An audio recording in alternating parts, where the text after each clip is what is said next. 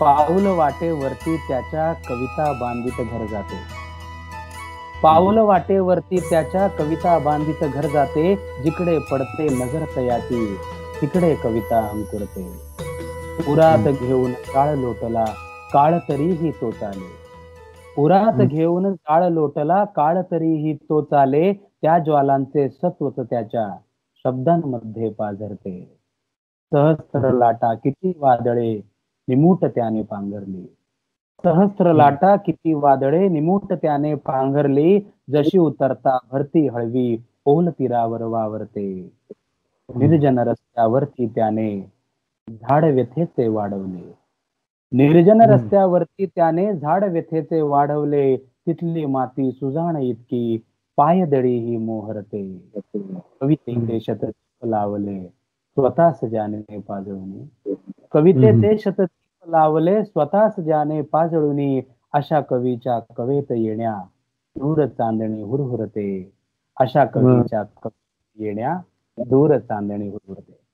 रसिक मित्र हो, नमस्कार.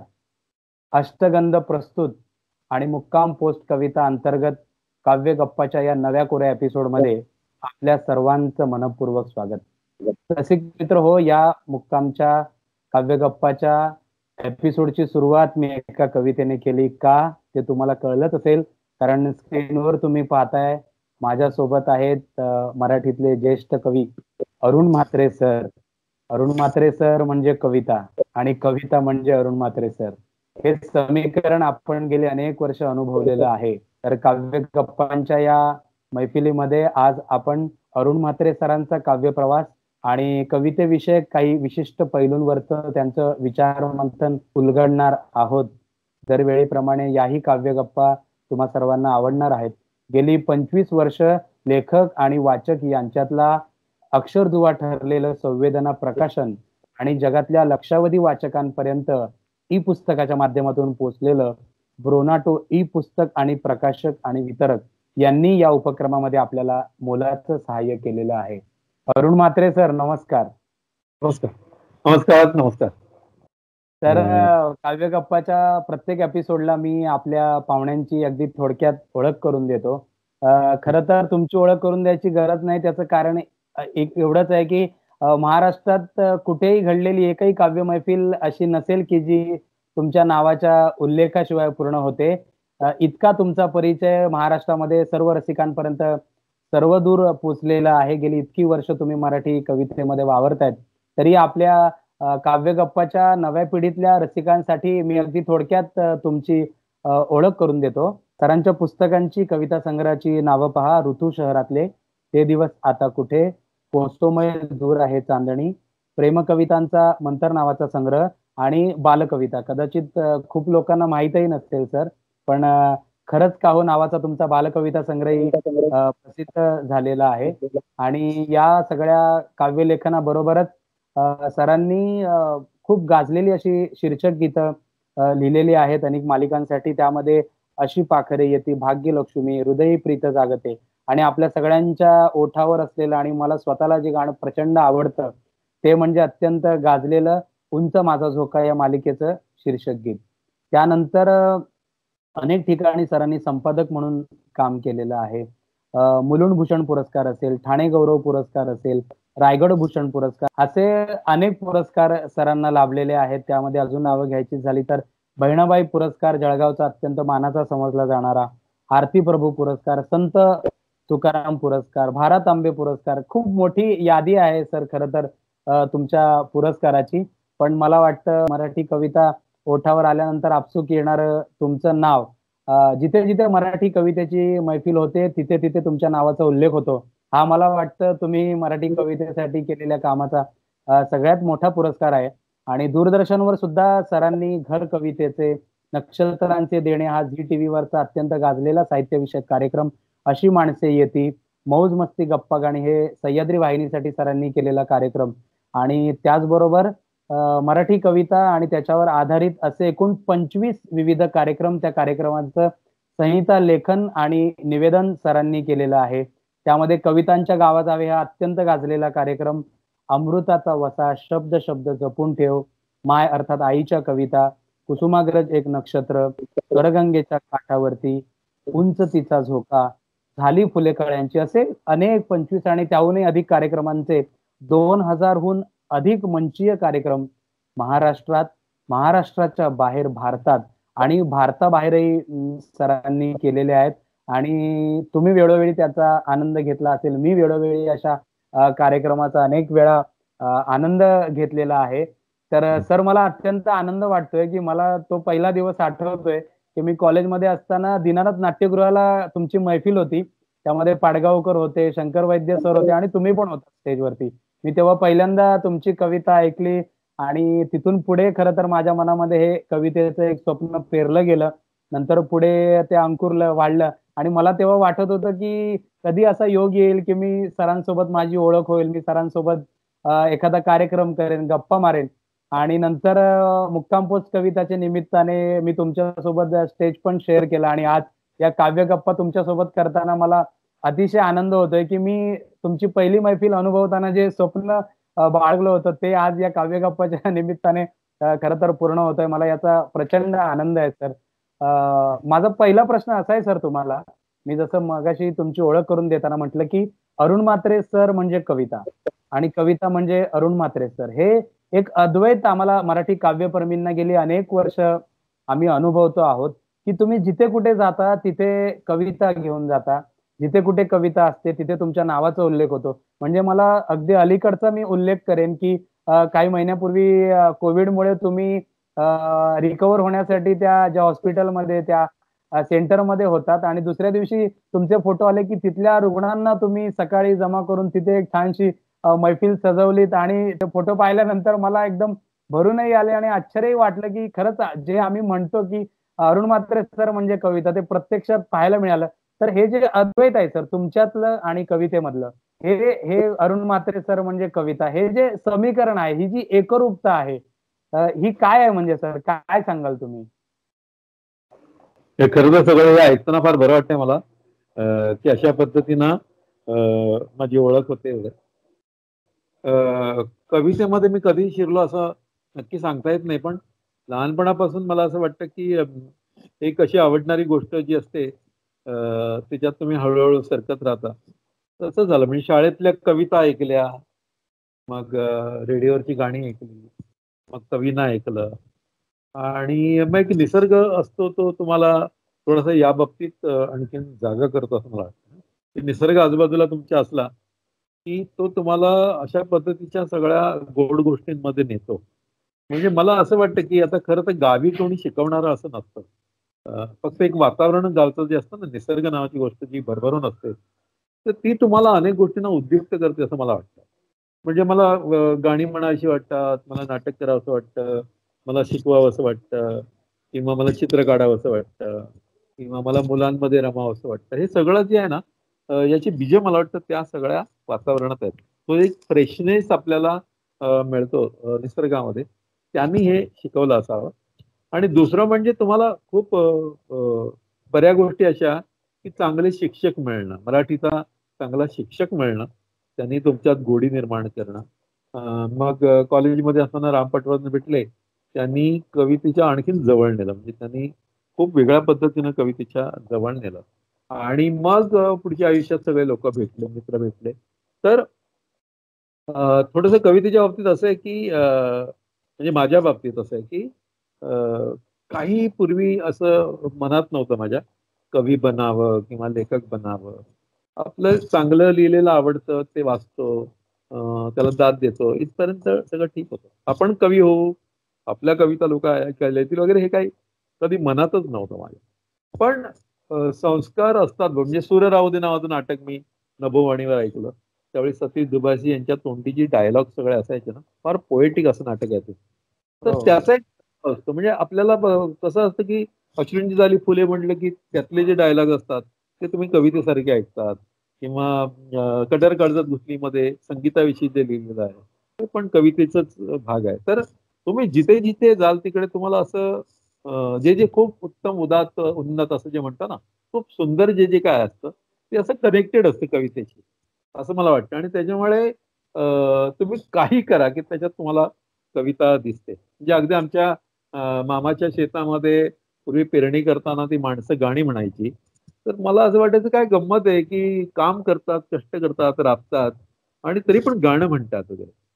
वा. तर ते गाणं तुमच्याकडे कधी येतं की तुम्ही ज्या लईमध्ये काम करताना त्या लईमध्ये तुम्ही जर का एकरूप झालात त्या लईशी की आपोआप एक गाणं येतं. म्हणजे पाडगावकरांचं फार सुंदर वाक्य आहे, अगदी दोनच वळी, की आपलं गाणं आपल्याला पटलं पाहिजे, आपलं गाणं आपण मनापासून म्हटलं पाहिजे, फांदीतून तसं पान फुटलं पाहिजे, असं ते म्हणतात. वा. तर ती वा. फांदीतून पान फुटणं जी गोष्ट आहे ना, म्हणजे अगदी अपसूक तुमच्यात काही गोष्टी येतात, तर त्याच्यातली ही कविता आहे. तर तुमच्याकडे म्हणजे गाणं आहे, तुमच्याकडे आवाज आहे, तुमच्याकडे हं, चेहरा आहे, तुमच्याकडे एक छानसं व्यक्तिमत्व आहे आणि हं, प्रेझेंटेशनची कला आहे तुमच्यामध्ये आणि नंतर तुमचा प्रवास कवी म्हणून झाला.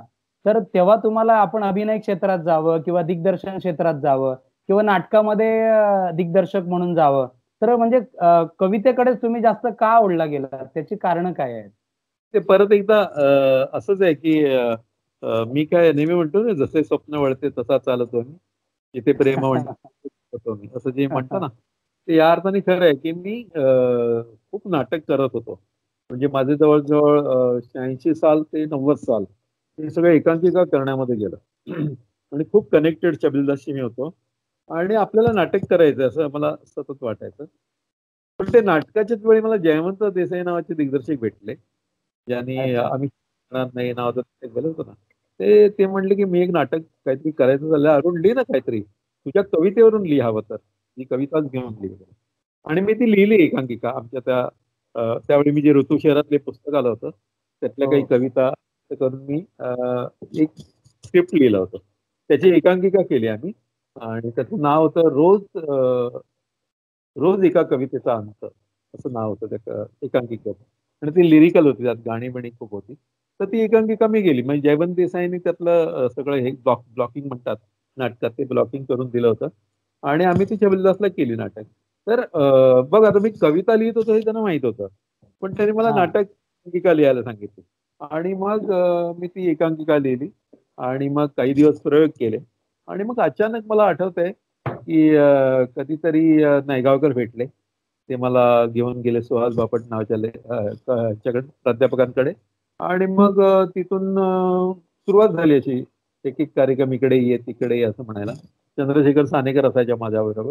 तर आम्ही मग ते कवितेच्या ह्याच्यात झालं. म्हणजे परत जर सादरीकरण नावाची गोष्टच होती. हां. नाटकाऐवजी कवितेचं सादरीकरण. पण स्टेज नावाची गोष्ट, मंच नावाची गोष्ट अशी असायची आणि इंटरेस्टिंग वाटायचं मला ते जास्त. अगदी कदाचित सोपं हो. मी सोपं तिकडेच होतं. येतोय सर, की गाणं, कविता आणि सादरीकरण याच्या तुम्ही प्रेमात होतात. म्हणजे तो नाटकाचाच एक भाग आहे. जसं तुम्ही म्हणालात, की लोकांच्या मध्ये जायचं, लोकांना कविता ऐकवायची आणि तो सगळा उत्साह. आणि नंतर तुम्ही कवितांच्या गावाजावे आणि इतर अनेक कार्यक्रम घेऊन रसिकांपर्यंत जायला लागलात. रसिकांचा भरपूर प्रतिसाद आला.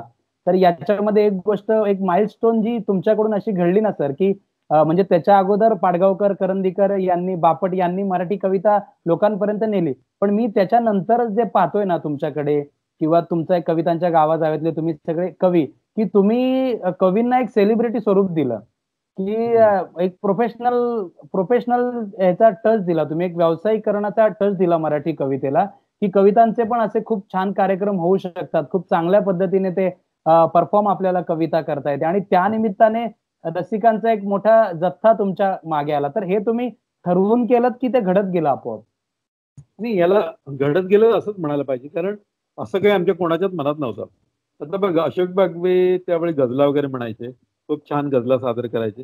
त्यांचा एक स्वतःचा असा ऑडियन्स होता ठाण्यामध्ये. तर ते असं हो. काय म्हणतात ते मैफिल मारूनच न्यायचे ते. हो.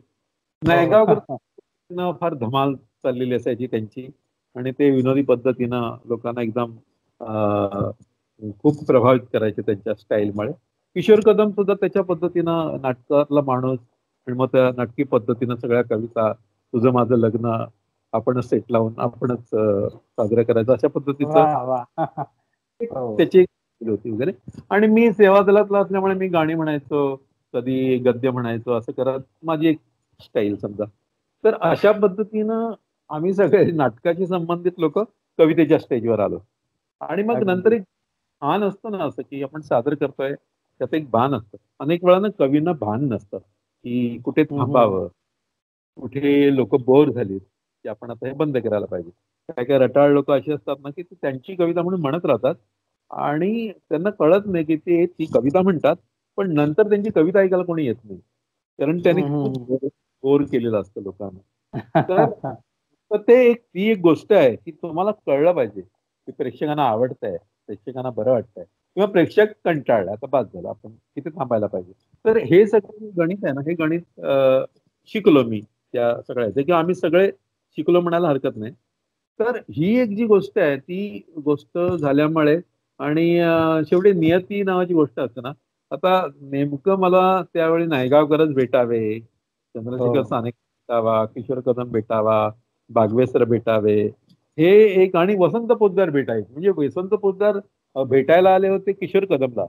किशोर कदमने इंदोरला एक नाटक केलं, ते इतकं प्रभावित झाले की ते मुंबईत जेव्हा आले ते खारदांड्याला त्याला भेटायला गेले. हं.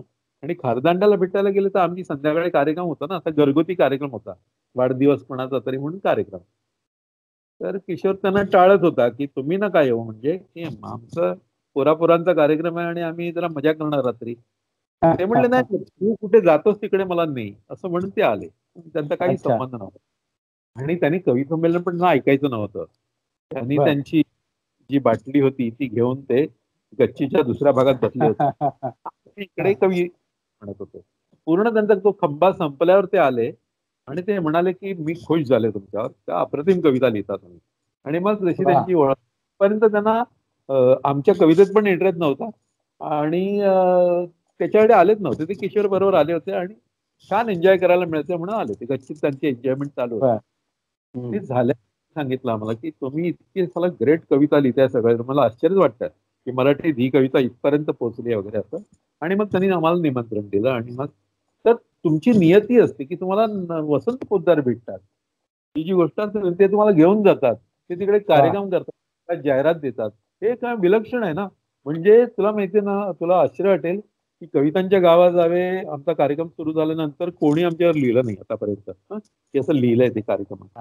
पण आम्ही जो इंदोरला पहिला कार्यक्रम केला होता त्या कार्यक्रमाच्या अगोदर या आज मुंबई के 5 महान कवी आए हैं अशा पद्धतीनं इंदोर मधल्या 4 पेपरामध्ये अर्ध अर्ध पान जाहिरात होती आमची, सगळ्यांच्या मुलाखती वा. होत्या.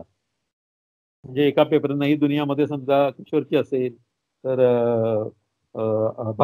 भास्कर नावाचा होता त्या पेपरामध्ये, आणखी नायगावकरांची, अशी 4 पेपरमध्ये सगळ्यांच्या मुलाखती. इतकं असं आम्ही टोटल म्हणजे सेलिब्रिटी टाईपच झालं होतं. तर ही एक नियती असते, म्हणजे त्यांना आवडावं, त्यांनी बोलवावं, त्यांनी करावं. तर नंतर नंतर मग आम्हाला जसं माहीत झालं की बरा कार्यक्रम होतो आणि मग लोक बोलवतात, त्यावेळी त्याची जाहिरात होणं वेगळं आणि हे तुम्हाला काही माहित नसताना जाहिरात होणं वेगळं. तर अशा पद्धतीनं मग जी जाहिरात झाली आणि मग त्याच्यात जो पडलो, तर ते मग इतकं वाढत गेलं ना की माझी एकांकिका बाजूला पडली. मला अच्छा. नाटक लिहायचं ते बाजूला पडलं. तो विजय जोशी मला इतकं म्हणायचा, प्राध्यापक विजय जोशी म्हणून, यांनी खूप नाटकं बसवली मराठी रंगभूमीवर, महत्वाचा माणूस एकदम. तो मला म्हणायचा की अरुण का नाही लिहित नाटक तू, इतकं आहे तुझ्याकडे, तू लिहितोस व्यवस्थित. पण मी अक्षरशः असे 2 अंक लिहिले आणि तिसरा अंक लिहायचा राहिला राहिला राहिला राहिला, असं करून म्हणजे 2-3 नाटक. तर ते तर ती एक गोष्ट. त्यावेळी म्हणजे तुम्ही हा प्रवास तुमचा चालू असताना म्हणजे मला मी चुकत नसेल तर तुम्ही तुमची नोकरी पण सोडलीत आणि नंतर पूर्ण वेळ तुम्ही कवितांचे कार्यक्रम आणि तर हे म्हणजे सहज शक्य झालं की पुढे त्याचा त्रास झाला, कधी असं वाटलं की पश्चाताप झाला, अरे उगाच आपण ते सगळं सोडून इकडे आलो, असं वाटलं कधी? नाही, नाही, नाही. पश्चात्ताप तर कधीच झाला नाही. त्रास मात्र झाला. कारण नोकरी माझी खूप चांगली नोकरी होती. अमेरिकन कंपनी होती. बऱ्यापैकी पगार होता. त्या जोरावर मी एकांकिका वगैरे करायचो. जवळ-जवळ अर्धा पैसा बरं. माझा एकांकिकेवर जायचा वगैरे. नंतर मात्र असं झालं की मी सगळा पेपरामध्ये लिहायला लागलो. कॉलम लिहायला लागलो. आणि कॉलमचे बऱ्यापैकी पैसे मिळायचे मला. चित्रलेखामध्ये वगैरे हो, लिहायचो. चांगले पैसे हो. मिळायचे. तर त्या जोरावर मी ठरवलं की आता हे बास झालं. कारण कसं व्हायचं, मी कार्यक्रमाला सुद्धा अंबाजोगाईला गेलो किंवा परभणीला गेलो, तर ती रात्री यायचो, पहाटे पोचायचो. मग परत अंघोळ करून ऑफिसला जायचं आणि मग ऑफिसमध्ये मूड नसायचा, थकलेला हो. असायचो. नंतर नंतर वाटायला लागलं की आपण कामावर फार अन्याय करतो या सगळ्या गोष्टींना. आपल्याला आवडतं ना कविता, तर आता कविताच म्हणूया ना आपण. हां. वा. आणि मी म्हणतो ना की सगळीकडे लिहायचो, त्याच्यामुळे पैसे मिळायचे थोडे थोडे. तर म्हटलं ठीक आहे, आता एवढे पैसे जर का इकडे नोकरीत मिळतात आणि तेवढेच पैसे थोडेसे कमी पण मिळतात, मिळू शकतात, तर काय हरकत आहे नोकरी सोडायला. असं म्हणून मी त्या प्रेमापोटी मी नोकरी सोडली. ऑफकोर्स माझी मिसेस नोकरीला होती, बँकेमध्ये होती. तो एक खूप मोठा आधार होता आणि तिने वा. स्वच्छ सांगितलं की हरकत नाही, तू कर डेअरिंग घे असं करून. कारण खरंय, तिला म्हणजे पण हा हा सपोर्ट मिळणं खूप खूप महत्वाचं आहे, हा सपोर्ट मिळणं. आणि या पण होती की मी काहीही करेन.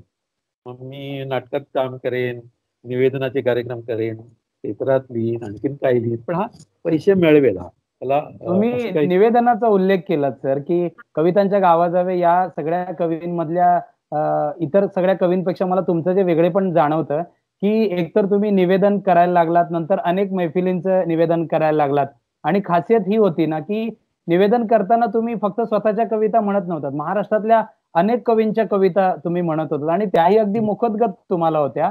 तर या सगळ्या कवींच्या कविता तुम्ही म्हणायला लागलात. त्या अनेक कवींचाही तुमच्या कविता कार्यक्रमामधून रसिकांशी परिचय व्हायला लागला. तर ही निवेदनाची जी कला आहे ना सर, म्हणजे मला आता जाणवतंय, की आम्ही जेव्हा कवितांचे कार्यक्रम करतो, तर कविता लिहिणारी खूप मंडळी आजूबाजूला दिसतात. पण कवितेच्या कार्यक्रमाचं उत्तम निवेदन करणाऱ्या माणसांची आणि कवींची खूपच वानवा आहे. सध्या सुद्धा आहे आणि तेव्हाही होती.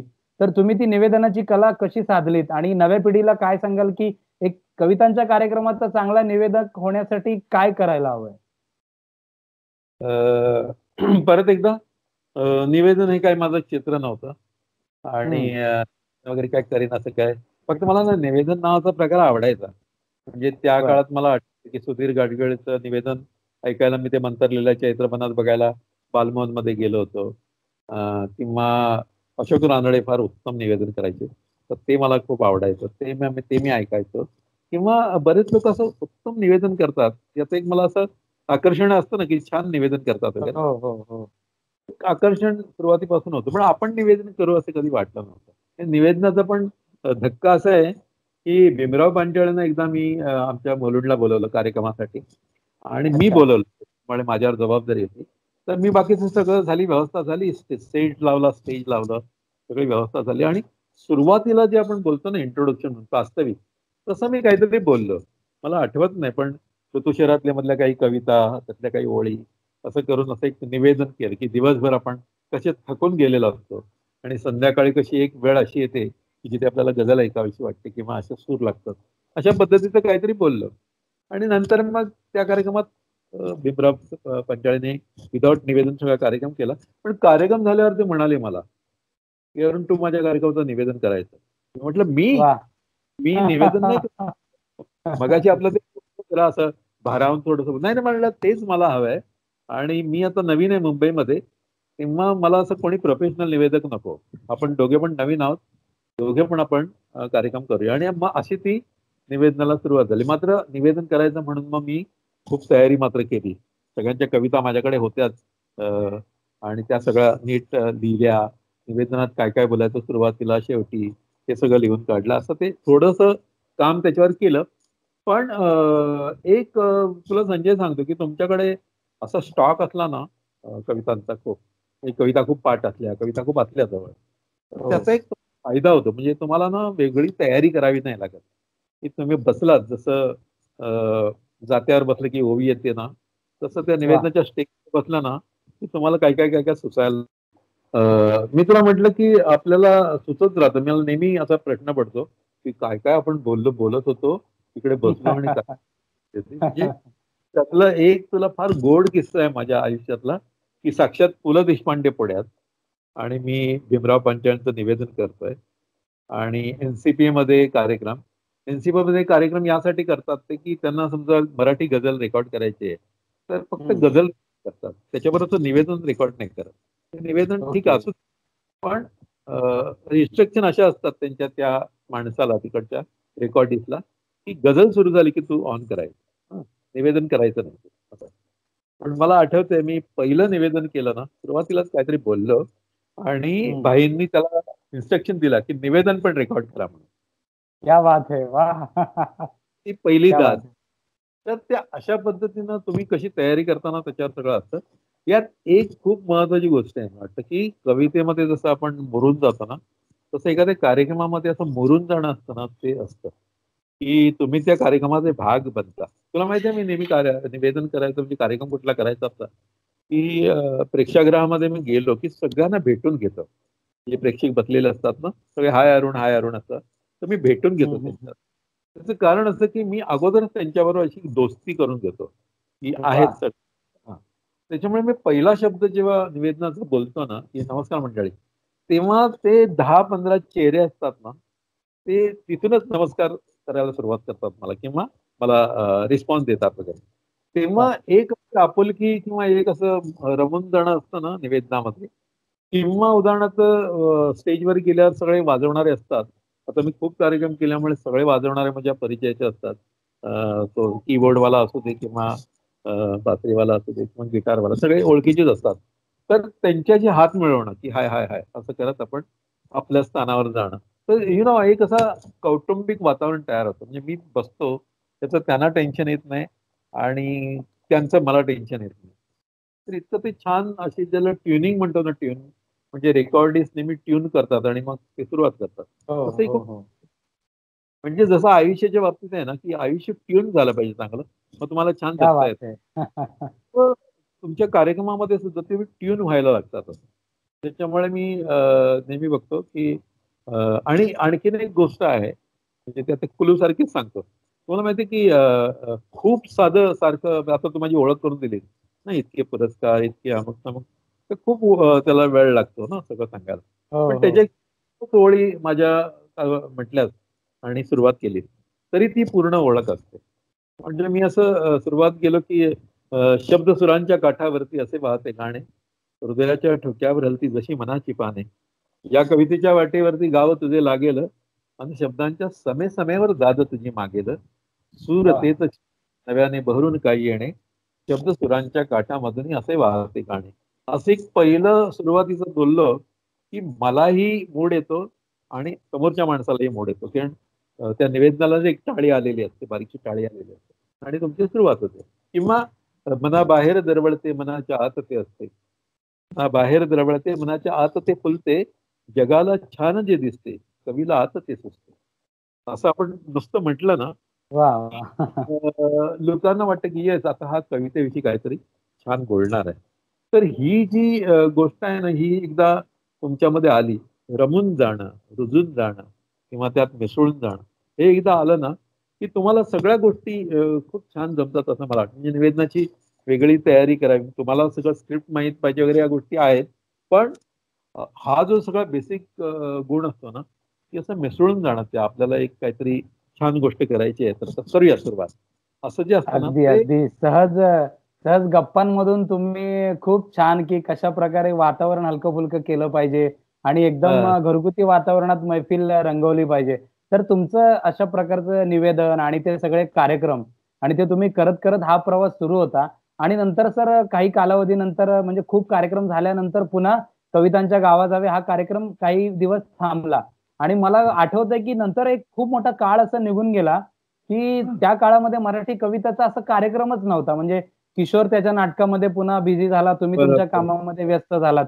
सगळी तुम्ही हं, मंडळी व्यस्त झालात आणि मध्यंतरी असा एक मोठा गॅप निर्माण झाला, की त्याच्या अगोदर जसं कवितेचं एकूण वातावरण होतं, म्हणजे त्यानंतर मराठी नाटक खूप मोठ्या प्रमाणात रसिकांपर्यंत पोहोचलं.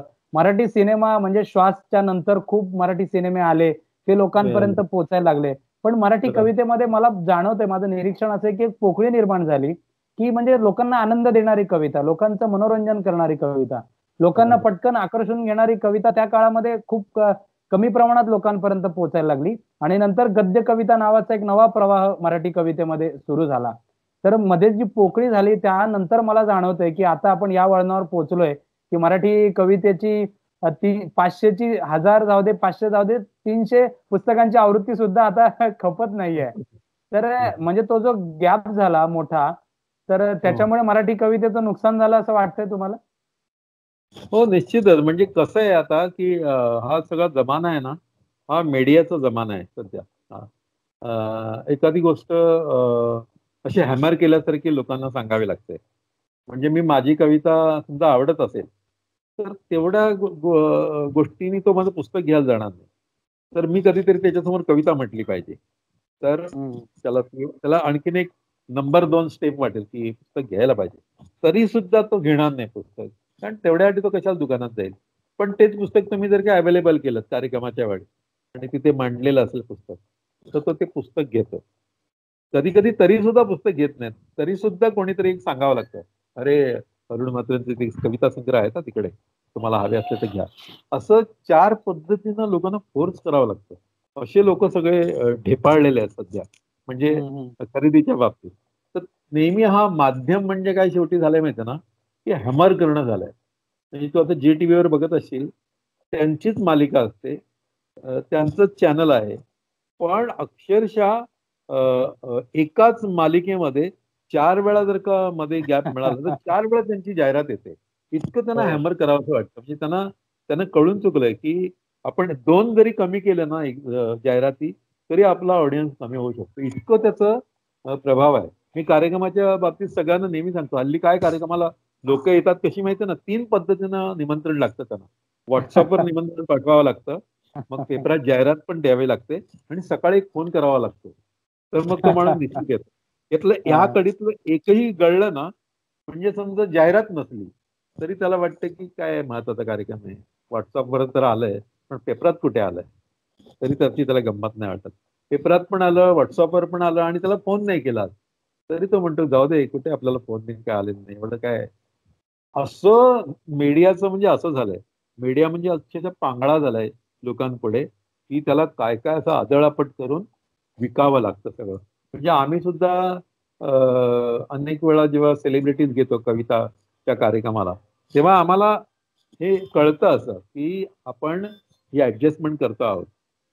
सेलिब्रिटी आहे तो काय ग्रेट कविता म्हणणार नाही, किंवा अगदी. सेलिब्रिटीमुळे कवितेचं काय फार वाढत नाही. पण सेलिब्रिटीला बघायला म्हणून जर लोक आली तर त्यांना मग जरा बरं वाटतं. तर असे पण प्रकार आम्ही केलेले आहेत अनेकदा, की सेलिब्रिटी कधी कधी बरेचदा सेलिब्रिटी चुकीच्या कविता वाचतात, म्हणजे हो. गोंधळच करतात ते कधी कधी. पण त्यांचा सेलिब्रिटीनेस जो असतो तो तुम्ही वापरता तुमच्या ह्याच्यासाठी. किंवा आता अलीकडे आपण एखादा छान कार्यक्रम नाही तर मस्त स्टेज केलेलं असतं, ज्यातून मुक्काम पोस्टमध्ये सुद्धा मी बघतो की उत्तम स्टेज हो. केलेलं असतं. आणि एक डेकोरम जो असतो ना, तो असा उत्तम असतो. कशासाठी? पण लोकांना वाटावं की हे काहीतरी नुसतंच कविता म्हणत नाहीत, तर असं छान सजवलेलं आहे, बघायला पण मस्त वाटतं. किंवा आता अनेक लोक जॅकेट घालतात कार्यक्रमाच्या वेळी, तर त्याचं हो. कारणच आहे की आपण आहोत त्याच्यापेक्षा बरे दिसावे, त्याच्यासाठी सगळे जॅकेट बिकेट घालून जरा चकाचक हे करतात.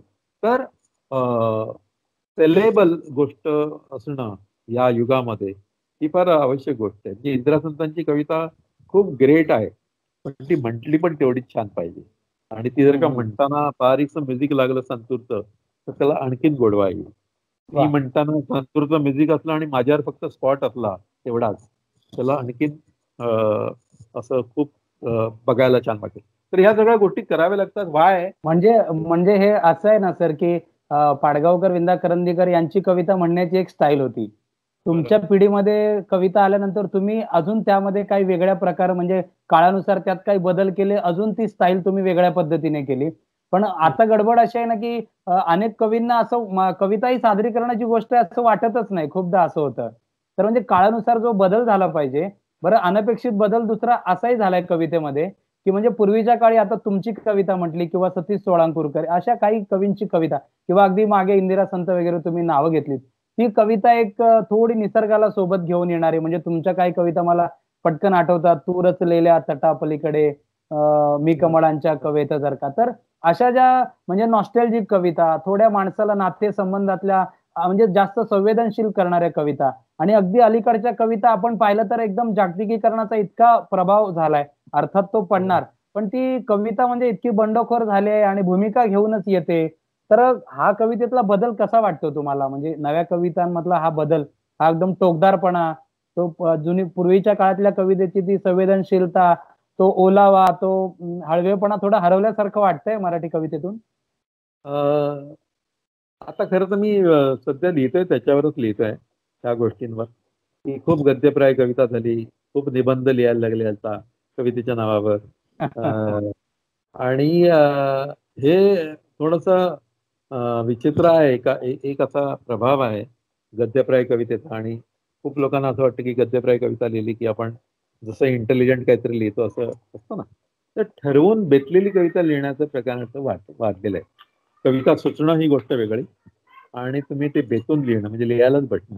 म्हणजे मी ग्लोबलायझेशनवर लिहितो, मग ते लिहायचं ग्लोबलायझेशनचं काय असतं, स्त्रीमुक्तीवर लिहायचं, मग ते बायका अमुक करतात, बायका तमुक करतात, अशी एक कविता असते ना, मी यादीच सुरू होते ती त्यांची. आतून येणारी कविता आहे ना, म्हणजे गौरी देशपांडेचं फार सुंदर एक ओळ आहे. ती म्हणते की कोयीतून आलं पाहिजे, तुमच्या आपल्या वा. कोयीतून आलं पाहिजे बाहेर. तर हे कोयीतून येणं बंद झालं ना की हे असं सगळं रटाळ निबंध सगळे तयार होतात. आणि मी असं बघितलेलं आहे की काहीतरी एक अचीव्ह करण्यासाठी लिहितात ना, म्हणजे तुम्हाला कोणीतरी मानावं असं, म्हणजे अमुक अमुक गोष्टीचा लीडर हा, शहराविषयी हा लिहितो, ग्लोबलायझेशन विषयी हा लिहितो आणि अस्वस्थपणाबद्दल हा लिहितो असं. तर ते विषय घेऊन लिहिणं जे आहे ना, मध्ये हे पण म्हणाले, बागवेकर म्हणाले की विषय घेऊन लिहिता येत नाही, तुमची हो. कविता हाच विषय असतो. हा, हा, हा, हा. तर तर तुम्हाला म्हणजे मध्ये हे सगळं आता सुरू झालंय, त्याच्यामुळे असा एक सगळा प्रकार सुरू झालाय. पण परत एकदा मगाचाच मुद्दा की तुम्ही जर का रमून गेला असलात ना कवितेमध्ये, तर तुम्हाला ह्या गोष्टी सगळ्या मुद्दामहून कराव्या लागत नाही. जे लोक मुद्दामहून करतात, कुठून कुठून कविता लिहितात, असं जे असतं ना, हम्म. ते तुम्हाला लक्षात येतं की त्याच्यात काही दम नाही आणि सगळा रटाळपणा सगळा चालू आहे. आणि दुसरं आता आणखीन त्याच्याबरोबर हे सांगायला पाहिजे, खूप महत्वाचं, की गद्यप्राय कविता लिहिते याच्याबद्दल माझं ऑब्जेक्शन नाही, छान लिहा गद्यप्राय. मला गद्यप्राय कविता काही काही लोकांच्या लिहिल्यात ना, म्हणजे आमच्या सदानंद रेग्यानी लिहिल्यात, सुशील रेग्यानी हो. लिहिल्यात, शंकर वैद्य सरांनी लिहिल्यात. काय गोड कविता आहेत, म्हणजे आपण पारायण करावी अशी ती कविता आहे. मर्ढेकरांच्या कविता म्हण, अरुण कोलटकरांच्या कविता म्हण, नारायण सुर्व्यांच्या कविता, या सगळ्या गद्यप्राय कविता आहेत, पण त्याच्यात हो. असा रस आहे, काहीतरी एक रस. अलीकडे आणखीन दुसरी गोष्ट म्हणजे हे लयीतल्या कविता, ज्याला छंदातल्या कविता वगैरे म्हणतो ना, ह्या छंदाचा काही अभ्यासच नाही अनेक लोकांचा, किंवा छंदच नसतो पण मुळातच. बोलताना जसा हा. छंद नसतो त्यांच्या ह्याच्यात, तर तसा त्यांच्या लिखाणात पण छंद नसतो. तर ते छंद नसल्यामुळे जी एक लयकारी असते ना कवितेतली, सारख्या अंतर्गत लय असं बोलतात. अंतर्गत लय कधी येईल? तुमच्याकडे मुळात लय असेल ना, तर ती अंतर्गत लय येईल ना. तुमच्याकडे लयच नाही मुळातच. म्हणजे मी अनेक कवी बघितलेत, ते मोठे मोठे कवी स्वतःला समजतात आणि बोलत असतात, भाषण देतात. अख्ख्या भाषणामध्ये एक कवितेची ओळ येत नाही त्यांच्या. तर याचं कारण काय आहे? याचं कारण ते मुळात कवीच नाहीये. त्यांनी असं कवितेचा मुखवटा वगैरे घेतलाय आणि आपल्याला सांगतात मी कवी आहे वगैरे, कविता लिहितात, संग्रह आलेत वगैरे बाहेर. पण आतून कवी असणं जे असतं ना, हे फार कमी आहे असं मला वाटतं.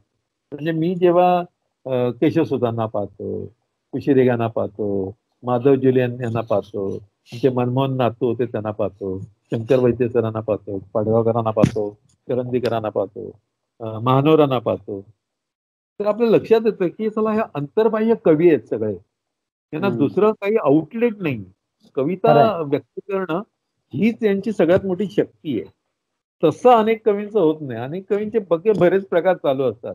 थोडी प्राध्यापकी करतात, मग थोडं कुठेतरी निबंध लिहितात, अमुक लिहितात आणि मग कविता पण करतात. असं ते असतं. ते आणि कविता पण एकूण मग ते आपल्याच सारख्या काही लोकांना पुढे घेऊन जायचं आणि इतर कवींचे उल्लेख टाळायचे, असा तो प्रकार होतो. तर 2003 एक नंतर त्यांची तुमचा कम्युनिटी बनते अशी. हो, 2003 सालानंतर तुमचा संग्रह आला नाही, म्हणजे जवळपास आता 17 वर्ष होऊन गेली. हे मराठी कवितेतलं एकूण वातावरण बदललं किंवा तुम्ही शहरामध्ये मग खूप शहरामध्ये खूप वर्ष तुमचं वास्तव्य झालं. नेमकं कारण काय? तुम्ही गेली 16-17 वर्ष तुमचा संग्रह नाही आला, म्हणजे काय आहे त्याच्या मागचं कारण? याचं एकदम सायकोलॉजिकली एक कारण असं आहे, की तुम्ही कार्यक्रम करायला एकदा लागलात ना आणि तुम्हाला एक्सप्रेस होण्याची जी हौस असते, ती तुमची पुरी झाली ना, की तुम्हाला मग बाकीच्या गोष्टी अशा कमी महत्त्वाच्या वाटायला लागतात. काय त्यात अच्छा. संग्रहाचं काय आहे? आपण कविता तर म्हणतो. आता म्हणजे जसे स्वप्न वळते तसा चालतो मी. ही कविता. ही आता तुला ऐकल्यामुळे माहिती आहे. पण माझा हो. संग्रह नाही आला, त्याच्यामुळे ती संग्रहात नाही कविता. कुठल्याच संग्रहात नाही. किंवा विसरता येत नाही असे नसतेच काही, मनाला सांगणारे नवे मिळतेच काही. ही कविता अनेक ठिकाणी मी म्हटली. ती लोकांना माहिती आहे कविता. किंवा अशा अनेक ज्या कविता आहेत, ज्या मी सतत म्हणत असतो. तर त्या कविता एक्सप्रेस होण्याची जी एक अर्ज असते ना कवीची, ती एकदा पूर्ण झाली ना की त्याच्या बाकीच्या प्रक्षेपणामध्ये तो फार जात नाही. झालं आता सगळ्यांना माहीत झालं, माझी एवढी गाणी किंवा एवढ्या कविता माहीत झाल्यात लोकांना, आता आणखीन पुस्तक कशाला, असं एक होतं. म्हणजे पुस्तक काढणं आवश्यक आहे, ते मी अमान्य करत नाही. पण साधारणतः आता माझं कसं झालं की मी 90 साली माझं पुस्तक आलं ऋतू शहरातले, आणि दुसरं पुस्तक यायला 2003 साल आला. म्हणजे तू म्हणतोस ना 2003 साली, त्यावेळी एकदम ती 2 पुस्तकं आली. त्याच्यानंतर मग पुस्तकच नाही. म्हणजे मध्ये एक ते मंतर म्हणून पुस्तक काढलं प्रेमकवितांचं, ते पण नीट आलं नाही. असं खरंच का हो पुस्तक, ते पण असं नीट आलं नाही. कारण काय, मी बाकीचं सगळं करत होतो. मुलांच्या कविता तर मी लिहिल्या, पण मुलांचे कार्यक्रम मी खूप करत होतो. त्याच्यामुळे एक जो अर्ज असतो ना तो मिटतो. माझं पुस्तक हवं, हे मुलांना द्यायला हवं, असं जे एक अर्ज असतो तो जातो त्याच्यामुळे, असं मला वाटतं. त्याच्यामुळे आम्ही सगळेच जण, म्हणजे नायगावकरांचं बघ ना, पुस्तकच नाही, एक पुस्तक काढलं आणि इतक्या कविता झाल्या. अगदी आश्चर्य पण आश्चर्यकारक आहे. पुस्तक काढावंसं असं वाटणं जे असतं ना, तेच थोडंसं असं कमी होतं. म्हणजे त्याचं बाकी आणखीन काही कारण नाही. आणि आता मला म्हणजे असं वाटतं की आता पुस्तक आलं पाहिजे तर ते व्यवस्थितच आलं पाहिजे, ते छान पुस्तक आलं पाहिजे, किंवा त्याच्या आता खूप प्रती काढावी लागते. कारण आता इतक्या ठिकाणी आपल्याला ओळखतात, तर नुसत्या कॉम्प्लिमेंटरी द्यायला सुद्धा 200-300 प्रती लागतील आपल्याला, लोकांना वाटायच्या. असं एक होतं ना. तर त्याच्यामुळे आता ते सगळं काय म्हणतात, निगुतीनं सगळं करायचं आणि कसून सगळी कविता लिहायची, असं सगळं चाललंय. बघूया अगदी आता ते निगुतीने तुम्ही केलं पाहिजे, अगदी कसून केलं पाहिजे आणि तुमचे संग्रह असे यावेत या निमित्ताने, अशी माझीही खरं तर खूप इच्छा आहे, की पुन्हा नव्यानं तुमचे संग्रह यावेत, पुन्हा नव्याने तुम्ही कार्यक्रम करावेत. कविता सोपी असो किंवा कठीण, त्यापेक्षा त्यातला आशय लोकांना समजणारा असला पाहिजे. ही जी एक किमान अपेक्षा कवितेकडून आहे, ती खऱ्या अर्थाने पूर्ण व्हायला पाहिजे. तर या गप्पांच्या निमित्ताने तुम्ही तुमचा प्रवास तर उलगडलाच, पण या निमित्ताने मराठी कविता कशी असली पाहिजे, मराठी कवितेचा एकूण गेल्या काही वर्षातला प्रवाह आणि त्यातून महत्त्वाचं म्हणजे निवेदन करताना कशा पद्धतीने आपण रसिकांशी कनेक्ट व्हायला पाहिजे. अगदी थोड्या वेळात तुम्ही खूप मोठे मुद्दे मला वाटतं या गप्पांमधून उलगडलेत. तर तुमच्या मराठी कवितेचा प्रवास असाच चालू राहावा आणि मी सांगेन की 2003 नंतर आता 2020 पर्यंत एक स्वल्पविराम येऊन गेलाय असं मी म्हणेन. तर या मध्यंतरीच्या काळामध्ये तुम्ही लिहिलेल्या सगळ्या सरळ, अलवार, हळव्या कविता पुन्हा एकदा मराठी रसिकांच्या भेटीला याव्यात. पुन्हा एकदा त्याच उत्साहाने तुम्ही या लॉकडाऊनच्या काळामध्ये खरं तर थांबलेले कार्यक्रम आता तुमचे पुन्हा सुरू झाले असतील. पुन्हा एकदा तुम्ही रसिकांमध्ये मिसळावं, मराठी रसिकांपर्यंत कविता घेऊन जावी आणि एकूण सगळं वातावरण कवितामय व्हावं, या सदिच्छा मी व्यक्त करतो आणि या आपल्या काव्य गप्पांचा शेवट तुमच्या एखाद्या कवितेने तुम्ही करावात, अशी मी तुम्हाला विनंती करतो. मला आता तुझे पण आभार मानायचे या निमित्तानं. जरा वेगळ्या विषयावर पण या निमित्तानं बोलता आलं, किंवा जी मनातल्या खतखत असते ना अनेक वर्षाची, ती अगदी. या निमित्तानं व्यक्त करता आली. आणि त्याच्यामुळे मला असं वाटतं की केवळ काव्यवाचनाचे कार्यक्रम करणारे म्हणून काही मी ती बाजू घेत नाही. मला असं वाटतं की सच्ची कविता जी आहे, ती लोकांची कविता आहे, लोककविता आहे, त्या लोककवितेच्या वतीनं कोणीतरी बोलायला पाहिजे. विद्यापीठातले लोक विद्यापीठातल्या कविता ग्रेट आहे म्हणणार, आणि त्यांच्या त्या कवितेमुळे लोक कवितेपासून लांब जातात, ह्या सत्याकडे ते दुर्लक्ष करणार, हे आता नेहमीच ठरलेलं आहे. आमच्यासारख्या लोकांना हे सतत काम करावं लागतं की कवितेमध्ये लांब गेलेला माणूस परत जवळ आणावा लागतो. त्याला कविता नावाची गोष्ट किती ग्रेट आहे हे सांगावं लागतं.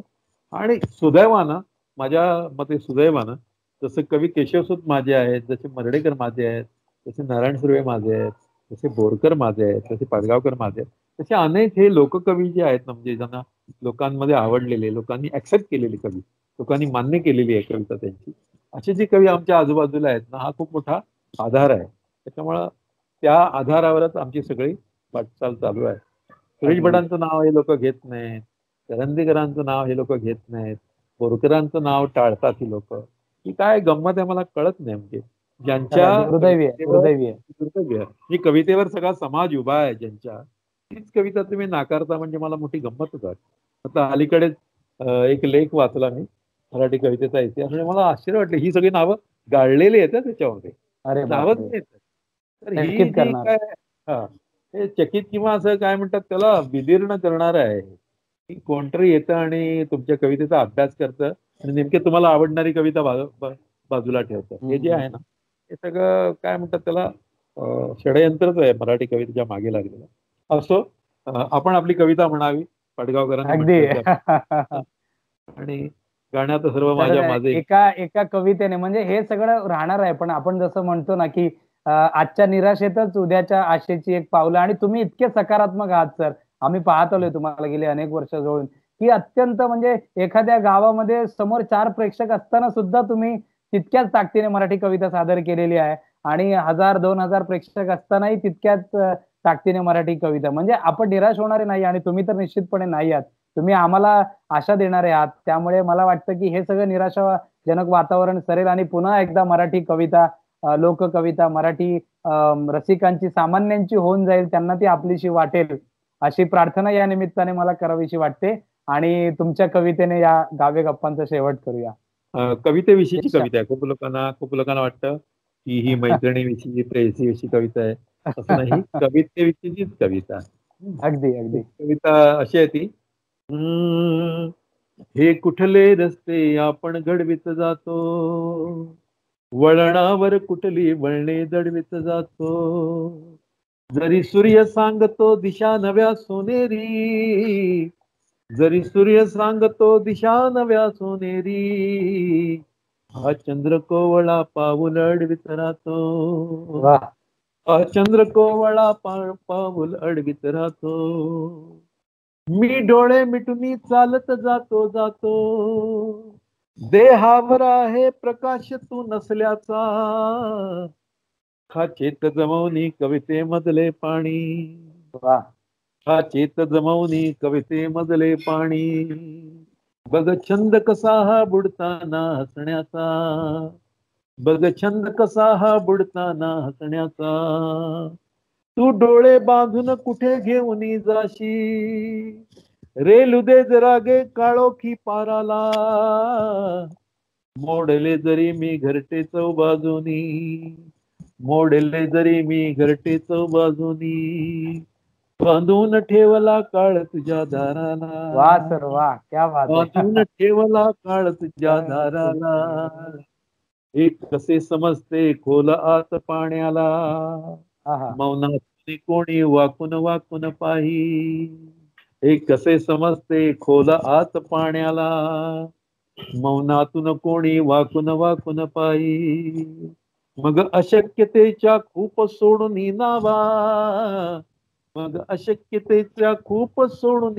नावा, का शोधत राहते कुठली बुडली नाही, वाह, वाह, वाह! वाह! शोधत राहते कुठली बुडली नाही, चाललो जरासे वादळ घेऊन हाती, जाळीत पुराण्या संदर्भांची माती, हे कोणी लिहिले दुःख सुखाच्या भाळी, वाह, वाह, वाह! हे कोणी लिहिले दुःख सुखाच्या भाळी, ज्यानीच सजवल्या या कवितेच्या ओळी, क्या बात है! ज्यानीच सजवल्या या कवितेच्या ओळी, तू नकोस बोलू नको नको गे काही, काय कवितेला म्हणतो मी, की तू नकोस बोलू नको नको गे काही, शब्दाने तुला गुंता सुटतच नाही, नाही.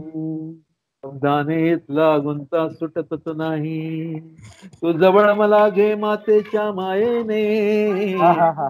जवळ मला घे मातेच्या मायेने, जशी शब्दांवरती मिरवत राहते शाई, वाह, वाह, वाह! शब्दांवरती मिरवत राहते शाई, जशी शब्दांवरती मिरवत राहते शाई, वाह जशी सर वाह! शब्दांवर वाह! मिरवत या राहते शाई. तुमच्या सगळ्या कविता, कवितेतलं गाणं असंच कायम चिरकाल टिकलेलं राहू दे आणि हा सगळा कवितेचा प्रवास असाच चालू राहू दे. मी आपल्या रसिकांसाठी सांगेन, की तुम्ही या गप्पांचा आनंद नक्कीच घेतला असेल. या गप्पांचा आनंद आपल्या सहवासातल्या अनेक काव्यप्रेमींना सुद्धा द्या आणि मराठी कवितेमध्ये अत्यंत उत्तमोत्तम पुस्तकं प्रकाशित करणाऱ्या संवेदना प्रकाशनाला यावर्षी 25 वर्ष पूर्ण होत आहेत. त्या निमित्ताने संवेदना प्रकाशनाची अनेक पुस्तकं निश्चितपणे मिळवा आणि त्या पुस्तकांचा आस्वाद घ्या आणि ब्रोनॅटो ई पुस्तक प्रकाशक आणि वितरण यांनी मराठी काव्यक्षेत्र आणि लेखन क्षेत्रात एक खूप मोठी अचिव्हमेंट अशी केली आहे की तुम्ही जगाच्या पाठीवर जिथे कुठे असाल तिथे एका क्लिकवर तुम्हाला मराठीतली अनेक उत्तम उत्तम पुस्तक, कविता संग्रह वाचायला मिळतील. तर अनेक लेखकांनी, कवींनी सुद्धा या ही पुस्तक प्रकाशक आणि वितरक याची माहिती घ्यावी आणि त्याद्वारे आपली पुस्तकं प्रकाशित करावीत आणि केवळ महाराष्ट्रातल्या, भारतातल्या नव्हे तर जगातल्या लक्षावधी वाचकांपर्यंत पोहोचावं अशी विनंती मी या निमित्ताने रसिकांना करतो.